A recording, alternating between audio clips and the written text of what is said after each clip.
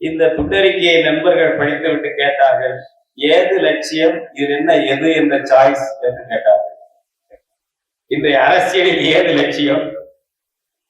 இப்படி எல்லா கட்சியும் இப்படி அதுக்கு லட்சியம் எல்லாம் கிடையாது. அதிமுகவுக்கு சேர்த்தா, திமுகவுக்கு சேர்த்தா, மற்ற கட்சிகளும் சரி, சின்ன சின்ன பல கட்சிகளும் சரி, மிஞ்சி இருப்பது கம்யூனிஸ்ட் கட்சி மட்டும்தான் அந்த கூட்டு தலைமை. இப்பொழுது முழுக்க முழுக்க பாஜக ஒற்றை தலைமை. கோட்சேயை கொண்டாடுகிறான் பாஜக காரன், RSS காரன். இப்பொழுது அவன் ஆட்சியில் மட்டுமல்ல, காங்கிரஸ் ஆட்சியிலே கொண்டாடுகிறான். காந்தியடிகளை சுட்டுக் கொன்ற கோட்சேயை அவனுடைய நினைவு நாள், பிறந்த நாளை கொண்டாடுகிறான். இனிப்பு கொடுத்து கொண்டாடுகிறான் RSS காரன், பாஜக காரன். இப்ப என்ன பண்றாங்கன்னா, திராவிட முன்னேற்ற கழகத்துல 2 சட்டமன்ற தொகுதிக்கு ஒரு மாவட்ட செயலாளர், அப்படின்னா 117 மாவட்ட செயலாளர். திமுகவுக்கு, அதிமுகவுக்கு, புதுசா வரப்போகிற விஜய் கட்சிக்கு எல்லாம் இப்படிப்பட்ட வல்லுநர்கள் சொல்லிக் கொடுத்து எப்படி வலை விரிப்பது என்று சொல்லிக் கொடுக்க இருக்கிறார்கள். என்ன ஜனநாயகம் இருக்கிறது இல்லை.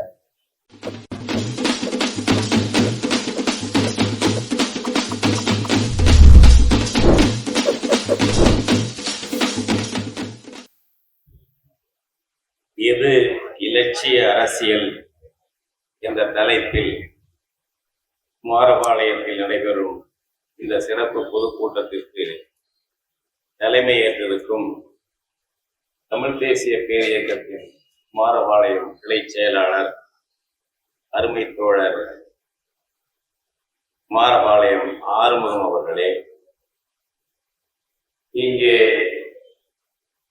மிகச் சிறப்பாக தன்னுடைய மனம் திறந்த கருத்துக்களை வெளியிட்டு அமர்ந்திருக்கக்கூடிய நம்முடைய அன்பிற்குரிய மூத்த வழக்கறிஞர், இந்திய கம்யூனிஸ்ட் கட்சியின் தமிழ்நாட்டு தலைவரில் ஒருவர், வழக்கறிஞர் தோழர் பாப்பா மோகன் அவர்களே, இங்கே உரையாற்றி அமர்ந்திருக்கக்கூடிய தமிழ் தேசிய பேரியக்கத்தின் தலைமை செயற்குழு உறுப்பினரும் மத்திய மாவட்ட செயலாளருமான தோழர் வைகரை, இந்த மாரபாளையம் கூட்டத்திற்கு ஒருங்கிணைப்பு பணிகளை தொடர்ந்து செய்து கொண்டு இங்கே உரையாற்றி அமர்ந்திருக்கும் தமிழ் தேசிய பேரியக்கத்தின் தலைமை செயற்குழு உறுப்பினர் தோழர் மாரிமுத்து அவர்களே, எங்களுடைய அன்பிற்குரிய ஐயா வெண்ணந்தூர் தங்கவேல் அவர்களே, அதுபோல் இங்கே வருகை புரிந்திருக்கக்கூடிய நம்முடைய ஜனநாயக எழுச்சி கழகத்தின் தலைவர் அன்பிற்குரிய தம்பி சிலம்பரசன் அவர்களே, மற்றும் இங்கே வருகை கொண்டிருக்கக்கூடிய பெரியோர்களே, நண்பர்களே, சகோதரிகளே, தோழர்களே, சிறப்பான ஒரு கருத்தரங்கம் போல் மாரபாளையத்தில் இந்த கூட்டம் நடந்து கொண்டிருக்கிறது. மாரபாளையம் என்ற பெயரை முதலாக நான் கேள்விப்பட்டது 1965. எதனால் இந்த பேர் வெளியே தெரிகிறது, ஏடுகளில் வந்தது என்றால், அப்பொழுது நடந்த இந்திய எதிர்ப்பு போராட்டத்தில் இந்த மாரபாளையமும் பவானியும் பெரும் போர்க்களத்தை உருவாக்கி போராடி கொண்டிருந்தார்கள். அந்த மக்களை ரத்தவச்சலம் ஏறிய காங்கிரஸ் ஆட்சி கட்டவிழ்த்து விட்ட காட்டுமிராண்டித்தனமான மனித வேட்டையில் மாரபாளையத்தில் பலர் சுட்டுக் கொல்லப்பட்டார்கள். 15 பேர் இங்கே சுட்டுக் கொல்லப்பட்டதாக சொல்கிறார்கள், 16 என்று சொல்வதும் உண்டு. அழகப்பா பல்கலைக்கழகத்தின் மேனாள் துணைவேந்தர் ஐயா ராமசாமி அவர்கள் இந்திய எதிர்ப்பு போராட்ட வரலாற்றை எழுதியுள்ளார். மாரபாளையத்தை பற்றி முதல் தொகுப்பு ஒரே தொகுப்பா வந்தது, கூடுதலாகவே இருந்தது செய்திகள். இப்பொழுது 2 தொகுப்புகளாக மேம்படுத்தப்பட்டு வந்திருக்கிறது. பலரும் எழுதியிருக்கிறார்கள். மொழி போராட்டத்தில் கலந்து கொண்ட எல். கணேசன் அவர்கள் திராவிட முன்னேற்ற கழக தலைவர்கள் ஒருவர் எழுதியிருக்கிறார். வா. நடராசன் அவர்கள் எழுதியிருக்கிறார்கள். குமாரபாளையத்தை யாரும் தவிர்க்க முடியாது. அப்பொழுது நான் திருக்காட்டுப்பள்ளி சர் சிவசாமி ஐயர் உயர்நிலைப் பள்ளியில் 11ஆம் வகுப்பு படித்துக் கொண்டிருந்தேன். இந்திய எதிர்ப்பு போராட்ட குழுவின் செயலாளராக அங்கே கண்டன பேரணிகளையும் ஊர்வலங்களை போராட்டங்களையும் ஒழுங்கமைக்கக்கூடிய பணியிலே அந்த காலத்திலே செயல்பட்டவன் நான். குமாரபாளையம் என்பது அப்பொழுது மனதிலே படிந்த பெயர். ஆனால் அந்த ஏகிகள் எல்லாம் ஆட்சியாளர்களால் அந்த தியாகிகளுடைய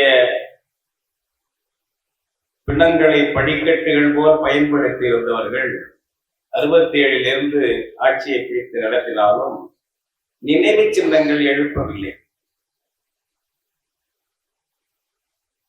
மாணவன் ராஜேந்திரன் சிதம்பரம் அண்ணாமலை பல்கலைக்கழக மாணவன் முதலாக காவல்துறையினால் சுட்டு கொல்லப்பட்டவன் ராஜேந்திரன் தான். அவன் தகப்பனார் ஒரு காவல்துறை காவலர், போலீஸ் இலாக்காவிலே வேலை செய்தவர், சிவகங்கை பகுதியைச் சேர்ந்தவர். அண்ணாமலையிலே வந்து படித்தார். துடிக்க சுட்டுக் கொல்லப்பட்டார் ராஜேந்திரன் 1965 ஜனவரி 27. அதன் பிறகுதான் அந்த போராட்டம் பற்றி எரிந்தது. கண்டன பேரணிகள் 1967 ஜனவரி 25 தொடங்கியது. ஆனால் மாணவன் ராஜேந்திரன் சுட்டுக் கொல்லப்பட்ட பிறகு வெறும் மக்கள் எழுச்சியாக வளர்ந்தது. மாணவர் போராட்டமாக தொடங்கி அதிலும் குறிப்பாக 1963 செயல்பாட்டுக்கு வந்த ஆட்சி மொழி சட்டம், அந்த சட்டம் 1965 ஜனவரி 26 இந்தி மட்டுமே இந்திய அரசின் அலுவல் மொழி என்று கூறியது. அது தனியே கூறவில்லை, அது அரசமைப்பு சட்டத்திலே இருக்கிறது. அன்றைக்கும் இருந்தது, இன்றைக்கும் இருக்கிறது. யாரும் அதை நீக்கவில்லை, திருத்தமும் கிடையாது, ஒன்றும் கிடையாது. ஒரே ஆட்சி மொழி இந்திய அரசுக்கு இந்தி தான். அதை வலுப்படுத்த, மக்கள் மயப்படுத்த என்னென்ன செய்ய வேண்டும் என்று அடுத்த பிரிவுகள் இருக்கின்றன. அதிலே யாரும் கை வைக்கவில்லை, என்ற திருத்தமும் கிடையாது. அந்த வகையிலே அது 65 ஜனவரி 26 அதாவது அந்த சட்டம், அரசமைப்பு சட்டம் சொன்னது 17வது பாகத்தில் உறுப்பு 343 சொல்லுகிறது, இந்த அரசமைப்பு சட்டம் செயலுக்கு வந்த 15 ஆண்டுகள் கழித்து இந்தி மட்டுமே இந்திய அரசினுடைய ஆட்சி மொழியாக, அலுவல் மொழியாக இருக்கும். அதுதான், அது அப்படியே தான் இருக்கிறது. பண்டித நேரு வாக்குறுதி கொடுத்தார், போராட்டத்தினால் நால்வோரு சாஸ்திரி கொஞ்சம் வாக்குறுதி கொடுத்தார். தற்காலிக ஏற்பாடுகள் தானே தவிர சட்டம் திருத்தப்படவில்லை, மாற்றப்படவில்லை. அந்த 63வது ஆண்டு வந்த ஆட்சி மொழி சட்டத்தை வைத்துக் கொண்டு திராவிட முன்னேற்ற கழகம் இந்திய எதிர்ப்பு பரப்புரைகளை தமிழ்நாடுக்கும் கொண்டு போனது. அந்த பரப்புரைகளை, அந்த கட்டுரைகளை படித்து அந்த பரப்புரைகளை கேட்டுத்தான் என்னை போன்றவர்கள் எல்லாம் மாணவர்கள் பலர் திராவிட முன்னேற்ற கழகத்தினுடைய ஆதரவாளர்களாக, உறுப்பினர்களாக ஆனோம். இந்திய எதிர்ப்பு உணர்ச்சியை பெற்றோம். பிறகு கீழப்பழூர் சின்னசாமி 64 ஜனவரி 25 தீக்குளித்து இறந்த பிறகும் கூட தேக்கு மர தேகத்தை தீக்கிரையாக்கி கீழப்பழூர் சின்னசாமி இறந்தான் என்று வாக்கு கேட்பதற்கு 67 பயன்படுத்தினார்கள். ஆட்சிக்கு வந்த பிறகு கீழப்பழூர் சின்னசாமிக்கு நினைவு சின்னமில்லை. திருப்பூரிலே குவியலாக சுட்டுக் கொண்டார்கள். உள்ளாட்சியிலே லாரிகளை வைத்து பிணங்களை ஏற்றி சென்றார்கள். எல்லாம் பேராசிரியர் ராமசாமி இப்பொழுது திராவிட முன்னேற்ற கழகத்தின் உயர்நிலை குழு கூடும் பொழுதெல்லாம் உறுப்பினராக இருப்பார். இப்பொழுதும் அங்கேதான் இருக்கிறார். அவர் எழுதியிருக்கிறார். அங்கெல்லாம் ஒரு நினைவு சின்னமே கிடையாது. இந்த ஈகியருக்கு எந்த நினைவு சின்னமும் கிடையாது. அதாவது உங்களுக்கு நெஞ்சு பதைக்கும் சொல்ல வாய் பதைக்கும் என்பார் பாவேந்தர். சுட்டுக் கொல்வதற்கு காரணமாக இருந்த இராணுவத்தை கொண்டு வந்து சுட்டுக் கொன்ற பக்தவச்சலத்துக்கு முதலாக மணிமண்டபம் திறந்தார் கருணாநிதி, முதலமைச்சர் கருணாநிதி. எப்பொழுது? 1998 மார்ச் மாதம் 13 பக்தவச்சல மணிமண்டபம் இங்கே சென்னை அடையாறிலே காந்தி மண்டப வளாகத்திலே. மொழிப்போர் ஈகியருக்கு திறக்கவில்லை.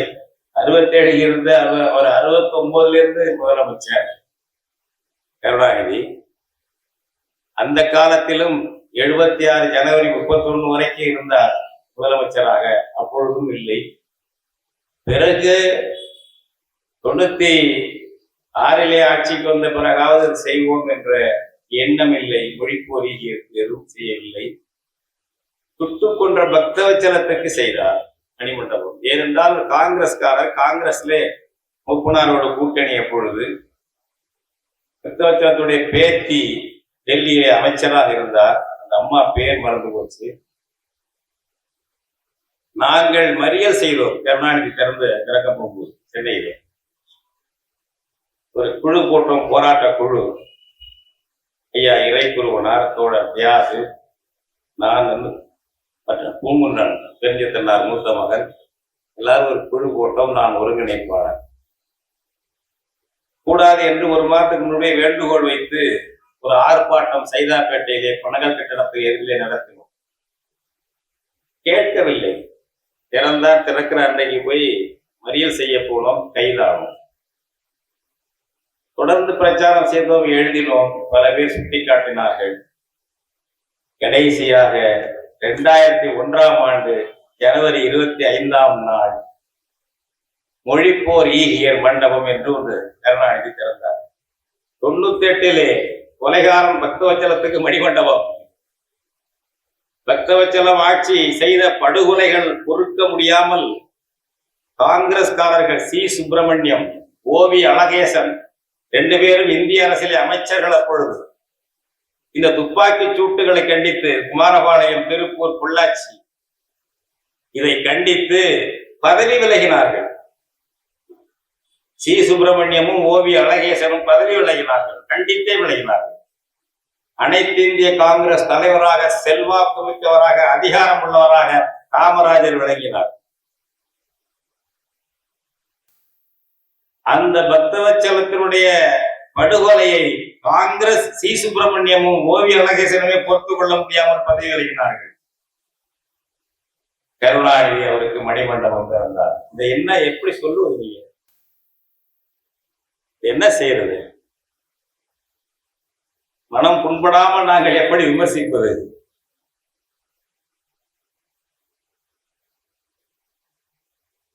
கீழப்பழூர் சின்னச்சாமி முதல் தீக்குளித்தவர் அவர்தான். 65 அல்ல, 64. திராவிட முன்னேற்ற கழக கிளைக்கழக செயலாளர் என்று நினைக்கிறேன். கீழப்பழூர்ல, அரியலூர் மாவட்டம். திரும்ப திரும்ப சொல்லுவார்கள், தேக்கு மர தேகத்தை தீக்கீரையாக்கிய கீழப்பழூர் சின்னச்சாமியின் சின்னம் உதயசூரியன் என்பார்கள். அந்த சின்னச்சாமிக்கு கீழப்பழூரில் கூட ஒரு நினைவு சின்னம் கிடையாது.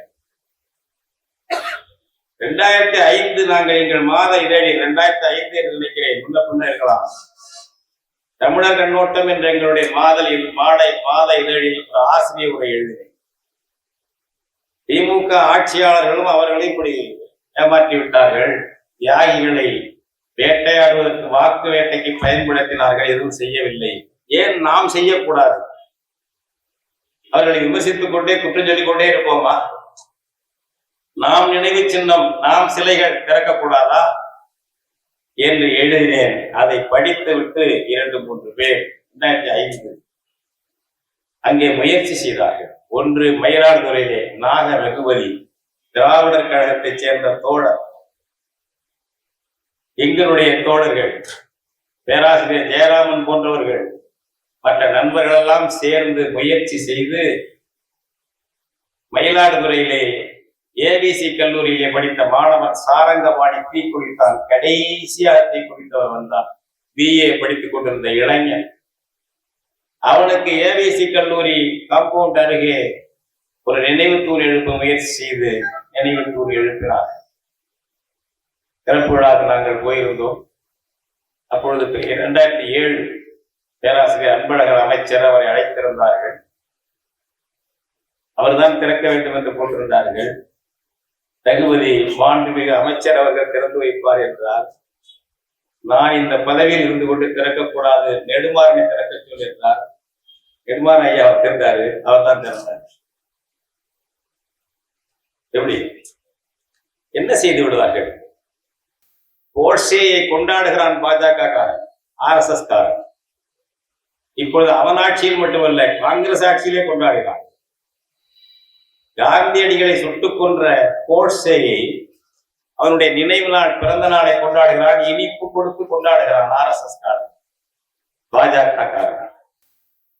என்ன செய்து விட்டார்கள்? அவன் தலையையா கொய்து விட்டார்கள். நம்முடைய மொழிக்காக தியாகம் செய்தவர்களுக்கு நினைவு சின்னம் எழுப்பினால் டெல்லி கோபித்துக் கொள்ளும் என்றால், அடைந்தால் திராவிட நாடு இல்லையே சுடுகாடு என்ற முழக்கம் எவ்வளவு போலியானது, எவ்வளவு போலியானது. கட்சி வேறுபாடே வேண்டாம், நம்ம ஈகிய. திரும்ப திருப்பூரிலே மொழிப்போர் ஈகி பெரியசாமி 65 மொழிப்போரிலே கைதாகி சிறையிலே இருந்தவர் பெரியசாமி. திமுகவின் தீவிர செயல்பாட்டாளர், ஒரு பிரமுகர். அந்த பகுதியிலே ஒரு நகராட்சியில் நகரசபை தலைவராக இருந்தவர். இந்த ஈழப் போராட்டத்துக்கு பிறகு எங்களோடு தொடர்பு கொண்டு திமுகவில் இருந்து எட்டி விலகி வந்து விட்டார். முற்றிலுமாக முறித்துக் கொள்ளவில்லை, திமுகவோடு இல்லையோ. அவர் 1938 தியாகிகளுக்கும் மொழிப்போர் தியாகிகளுக்கும், திருப்பூரிலே 65 கூட்டமாக கொல்லப்பட்ட தியாகிகளுக்கும் நினைவு தூண் எழுப்பினார். என்னை அழைத்திருந்தார்கள், நான் போய் கலந்து கொண்டேன். அப்பொழுது வெள்ளக்கோயில் சாமிநாதன் அமைச்சர் அவரை திறக்க அழைத்திருந்தார்கள். அவர் திறந்தார். இனமான பேராசிரியர் அன்பழகன் போல் ஒதுங்கிக் கொள்ளவில்லை. வெள்ளக்கோயில் சாமிநாதன் திறந்தார் திருப்பூரில். நாங்க அடுத்ததாக பொள்ளாச்சி, குமாரபாளையம் 2 ஊர்களுக்கும் போனோம். இதே குமாரபாளையத்துக்கு வந்தோம். பொள்ளாச்சியிலே உட்கார்ந்து கலந்தாய் கூட்டத்தை நடத்தினோம். எல்லாம் முயற்சி செய்தார்கள். ஏதோ அவர்களுக்குள் ஒரு பிளவு வந்து வெற்றி பெறவில்லை. குமாரபாளையத்தில் வந்து பேசினோம். ஏற்கனவே அந்த போராட்டத்தில் ஈடுபட்ட தியாகிகள் இருந்தார்கள், வெற்றி பெறவில்லை. ஆனால் அண்மையில் திறந்திருக்கிறார்கள். இந்த கூட்டத்துக்கு வருவதற்கு முன்பாக அங்கே போய் அந்த குமாரபாளையம் மொழிப்போர் ஈகியருக்கு நினைவு தூணிலே மலர் தூவி வணக்கம் செலுத்திவிட்டுத்தான் இங்கே வந்தோம். குமாரபாளையத்திலே அப்படிப்பட்ட ஒரு நினைவு தூணை எழுப்பிய நண்பர்கள், உணர்வாளர்கள், பொறுப்பாளர்கள் வந்திருந்தார்கள். அவர்களுக்கெல்லாம் நெஞ்சு நிறைந்த பாராட்டு. நாம் விமர்சனம் செய்து கொண்டு வந்தால் போதாது, நாம் மாற்றி செயல்படவும் வேண்டும். அது மிக மிக முக்கியம். இன்றைய தலைப்பு எனக்கு எல்லாருக்கும் தான், எனக்கு மட்டுமல்ல, இந்த கூட்டத்தின் தலைப்பே எது லட்சிய அரசியல்,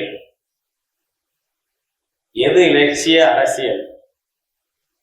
இந்த துண்டறிக்கையை நண்பர்கள் படித்துவிட்டு கேட்டார்கள், ஏது லட்சியம், இது என்ன எது என்ற சாய்ஸ் என்று கேட்டார்கள். இன்றைய அரசியலில் ஏது லட்சியம், அதுல என்ன எது சரியான லட்சியம், தவறான லட்சியம், பதவி, பணம், விளம்பரம், இதுதான் இன்றைக்கு சாரமா இருக்கிறது. தியாகம் செய்தவர்கள் கூட இந்த கார்பரேட்டுகளோட கூட்டணி சேர்ந்தால்தான் ஒரு சில தொகுதி பெறக்கூடிய நிலைமை இருக்கிறது. எனவே ஏது லட்சியம் என்றார்கள். நான் அவர்களுக்கு லட்சியம் இல்லை, ஆனால் இலக்குகள் இருக்கின்றன. இந்த பதவி அடையணும், அந்த பதவி அடையணும், இவ்வளவு சம்பாதிக்கணும், என்று தமிழ்நாட்டில் மட்டுமல்ல உலகெங்கும் நாடாளுமன்ற தேர்தல் காலாவதியாகி அது ஒரு மாற்றத்தை கோருகிறது. நாடாளுமன்ற தேர்தல் முறை, அமைச்சரவை முறை. ஹென்றி டேவிட் தோரே என்ற அமெரிக்க சிந்தனையாளர், அவர் 19ஆம் நூற்றாண்டிலேயே அந்த முறை எவ்வளவு தவறாக இருக்கிறது, காலாவதியாகிவிட்டது என்று எழுதினார். டிசோபீடியன்ஸ், அரசு சட்டத்திற்கு கீழ்ப்படியாமல் எதிர்த்து போராடுவது என்ற ஒரு கோட்பாட்டை உருவாக்கியவர் ஹென்றி டேவிட் தோரே. காந்தியடிகள் அங்கிருந்துதான் அதெல்லாம் கற்றார். அந்த காலத்திலே இது என்ன மோசம் என்று இருக்கிறார் ஒரு பக்கம். இப்பொழுது இந்த தேர்தல் முறை இது யார் நடத்துகிறார்கள்? இப்ப தமிழ்நாட்டுக்கு என்றால் பிரசாந்த் கிஷோர் போன்றவர்கள் திட்டமிட்டு கொடுக்கிறார்கள். வாக்காளர்கள் எப்படி வசப்படுத்துவது, அவர்களுக்கு எப்படி வலை விரிப்பது, என்னென்ன சொல்லை பயன்படுத்துவது, என்னென்ன கோரிக்கைகளை முன்வைப்பது, அவர்களுக்கு என்ன பஞ்சமிட்டாய் கொடுப்பது என்பதை கற்றுத் தருவதற்கு ஒரு நிபுணர் இருக்கிறான். இது என்ன ஜனநாயகமா? இது பிரசாந்த் கிஷோர் திமுகவுக்கு, அதிமுகவுக்கு, புதுசா வரப்போகிற விஜய் கட்சிக்கு எல்லாம் இப்படிப்பட்ட வல்லுநர்கள் சொல்லிக் கொடுத்து எப்படி வலை விரிப்பது என்று சொல்லிக் கொடுக்க இருக்கிறார்கள். என்ன ஜனநாயகம் இருக்கிறது இல்லை. அப்போ அதன் பிறகு என்ன ஆயிற்று என்றால் கூட்டு தலைமை என்பதே அற்று போய்விட்டது கட்சிகளில். மிஞ்சி இருப்பது கம்யூனிஸ்ட் கட்சி மட்டும்தான், சிபிஎம், சிபிஐ. கூட்டு தலைமை. பாஜக அப்படித்தான் இருந்தது. நான் அப்பொழுதெல்லாம் சொல்லுவேன், பாஜக, கம்யூனிஸ்டுகள் ரெண்டு கட்சிக்கு மட்டும்தான் கலெக்டிவ் லீடர்ஷிப். பாஜக வலதுசாரி, நமக்கு எதிரி, ஆனால் அவன் கூட்டாகத்தான் இருப்பான். மோடி வந்த பிறகு ஒற்றை தலைமை ஆகிவிட்டது. அங்கேயும் கூட்டு தலைமை இப்பொழுது கிடையாது. ஒரு அனைத்திந்திய திமுக போல அல்லது இந்த கட்சிகள் நம்ம புரியதுதான் சொல்றோம், வேற ஒன்றும் இல்லை. நீங்க இப்பொழுது நான் நண்பர்கள்ட்ட பேசிக்கொண்டிருக்கும் சொன்னேன், இந்த சேலம் மாவட்டம், ஒருங்கிணைந்த சேலம் மாவட்டத்தில் வீரபாண்டிய ஆறுமுகம் அவர்கள் கலைஞரையே சவால் விட்டு ஒரு தளபதியா இந்த வட்டாரத்தில் இருந்தார். சரியா தவறா வேறு? இன்றைக்கு ஒரு மாவட்ட செயலாளர் அப்படி இருக்க முடியுமா? திமுகவிலேயோ அதிமுகவிலேயோ எடுபடியாகத்தான் மாவட்ட செயலாளர் இருப்பார். எடுபடியா இருக்கக்கூடியவரும் சரியில்லை, இல்ல அவர்களை கொஞ்சம் கொஞ்சமா குறைக்கணும் என்பதற்காக ஒரு மாவட்டத்துக்கு ஒரு மாவட்ட செயலாளர் இருந்தார் அந்த காலத்திலே. எங்களுடைய தஞ்சை மாவட்டம் என்பது இன்றைக்கு தஞ்சை மாவட்டம், திருவாரூர் மாவட்டம், நாகப்பட்டினம் மாவட்டம், மயிலாடுதுறை மாவட்டம் என்று பிரிந்திருக்கிறது. இதெல்லாம் ஒரே மாவட்டம் தான். இந்த ஒரே மாவட்டத்துக்கு செயலாளர் மண்ணை நாராயணசாமி, அவருக்கு பிறகு கோசி மணி. இப்பொழுது நாளா பிரிந்த பிறகு எங்கள் தஞ்சை இருக்கிற மேல தஞ்சை, அதுக்கே 2 மாவட்ட செயலாளர். ஏன்? பதவிக்கு ஆசைப்படுகிறான். போய் உட்காரும் பொழுது கலெக்டர் மதிக்க வேண்டும், கலெக்டருக்கு கட்டளையிடக்கூடிய அதிகாரம் வேண்டும். எனவே இப்பொழுது என்ன செய்து விட்டார்களாம், திராவிட முன்னேற்ற கழகம் இப்ப 76 பேர் இருக்காங்களாம் திமுக மாவட்ட செயலாளர்கள் தமிழ்நாட்டில். ஒரு பத்திரிகை போட்டிருக்குது. அண்ணா திமுகவில் 84 மாவட்ட செயலாளர்களாம். விஜய் கட்சிக்கு 120 மாவட்ட செயலாளர் போட போறாங்களாம். போட்டாங்களா? 126 அப்படி போடுங்க. இப்ப என்ன பண்றாங்கன்னா, திராவிட முன்னேற்ற கழகத்துல 2 சட்டமன்ற தொகுதிக்கு ஒரு மாவட்ட செயலாளர், அப்படின்னா 117 மாவட்ட செயலாளர். அது எதுக்கு மாவட்ட செயலாளர் பெற்ற வச்சிருக்கீங்க? அது கிரீடம் இருக்கணும். மாவட்ட செயலாளர் தான் மாவட்டம் பூராவுக்கும் இல்ல. நீ மகிழ்ந்துக்கடா, ஒரு என்கிட்ட வந்து காலடியில விழுவு. எல்லா கட்சிகள் இன்றைக்கு ஜனநாயக வடிவத்தை இழந்து கார்பரேட்டுகளாக இருக்கின்றன. இந்த கட்சி அந்த கட்சி என்பதில்லை. எவ்வளவு நம்மகிட்ட என்ன இருக்கு? காங்கிரஸ் பெரிய கார்பரேட் கட்சி. இந்திரா காந்தி குடும்பத்தை தவிர யாரும் தலைவராக வர முடியாது. மல்லிகார்ஜுன கார்கே சும்மா டிஜூர், டி ஃபேக்டோ தலைவர் யார்? ராகுல் காந்தி. அதாவது எழுத்துல தலைவர் மல்லிகார்ஜுன கார்கே, அனைத்து இந்திய காங்கிரசுக்கு. நடைமுறை தலைவர் ராகுல் காந்தி. அடுத்து அந்த அம்மா அவருடைய சகோதரி பிரியங்கா காந்தி. உத்தரப்பிரதேசத்துல முலாயம் சிங் மகன். பீகாரில் லல்லு பிரசாத் மகன். நிதிஷ்குமார் கூட அவர் மௌனத்தை ஏற்படுறதா சொல்றாங்க. சந்திரபாபு நாயுடு அவர் மௌனத்தை ஏற்படுறதா சொல்றாங்க. கார்பரேட்டுகள், அதானி கம்பெனிக்கு அதானி மகன் தானே வருவா, அம்பானி கம்பெனிக்கு அம்பானி மகனும் பேரப்பிள்ளையும் தானே வருவாங்க. அதுபோல்தான் கட்சிகள். இப்படி எல்லா கட்சியும் இப்படி அதுக்கு லட்சியம் எல்லாம் கிடையாது. அதிமுகவுக்கு சேர்த்தான், திமுகவுக்கு சேர்த்தான், மற்ற கட்சிகளும் சரி, சின்ன சின்ன பல கட்சிகளும் சரி, மிஞ்சி இருப்பது கம்யூனிஸ்ட் கட்சி மட்டும்தான் அந்த கூட்டு தலைமை. இப்பொழுது முழுக்க பாஜக ஒற்றை தலைமை. இங்க எப்படி மூச்சுக்கு மூச்சு புரட்சி தலைவர், புரட்சி தலைவி கலைஞர், தளபதினு சொல்லணுமோ மந்திரிகளா இருக்கிறவர்கள், அது மாதிரிதான் இப்ப மோடிஜின்னு சொல்லிட்டே இருப்பாங்க பாஜக பத்தியெல்லாம். பழைய காலத்துல சொல்ல மாட்டாங்க அது மாதிரி. மோடிஜி. அண்ணாமலை யாரு? மோடிஜியின் தமிழ்நாட்டு கைத்தடி. வேற யாரும் இல்லை, நம்ம அண்ணாமலை இருக்காருல்ல, அவ்வளவுதான். அப்ப கார்பரேட்டுகள் ஆகிவிட்டன. ஜனநாயக வடிவம் என்பது போலியாகிவிட்டதை தவிர ஒண்ணு இல்லை. ஏன்னா அவர்களுக்கு இலட்சியம் எதுவும் இல்லை. இவ்வாறான பல செய்திகளை, பல சிக்கல்களுக்கு விடை கிடைக்கக்கூடிய செய்திகளை தமிழர் கண்ணோட்டம் வலைவெளியில் வெளிப்படுத்தி வருகிறோம். இது தற்சார்பாக செயல்படுவதற்கு நிதி தேவைப்படுகிறது. இந்த நிதியை நம்முடைய மக்களாகிய நீங்கள் தான், இளையோரும் பெரியோரும் நண்பர்களும் தோழர்களும் சான்றோரும், நீங்கள் உங்களால் இயன்ற அளவு என்ன இயலுமோ அந்த நிதியை வழங்குமாறு அன்போடும் உரிமையோடும் கேட்டுக்கொள்கிறேன். உங்களுக்கு நன்றி உணர்வோடும் பொறுப்புணர்வோடும் தமிழர் கண்ணோட்டம் செயல்படும் என்பதை உறுதி தெரிவித்துக் கொள்கிறேன். நன்றி, வணக்கம்.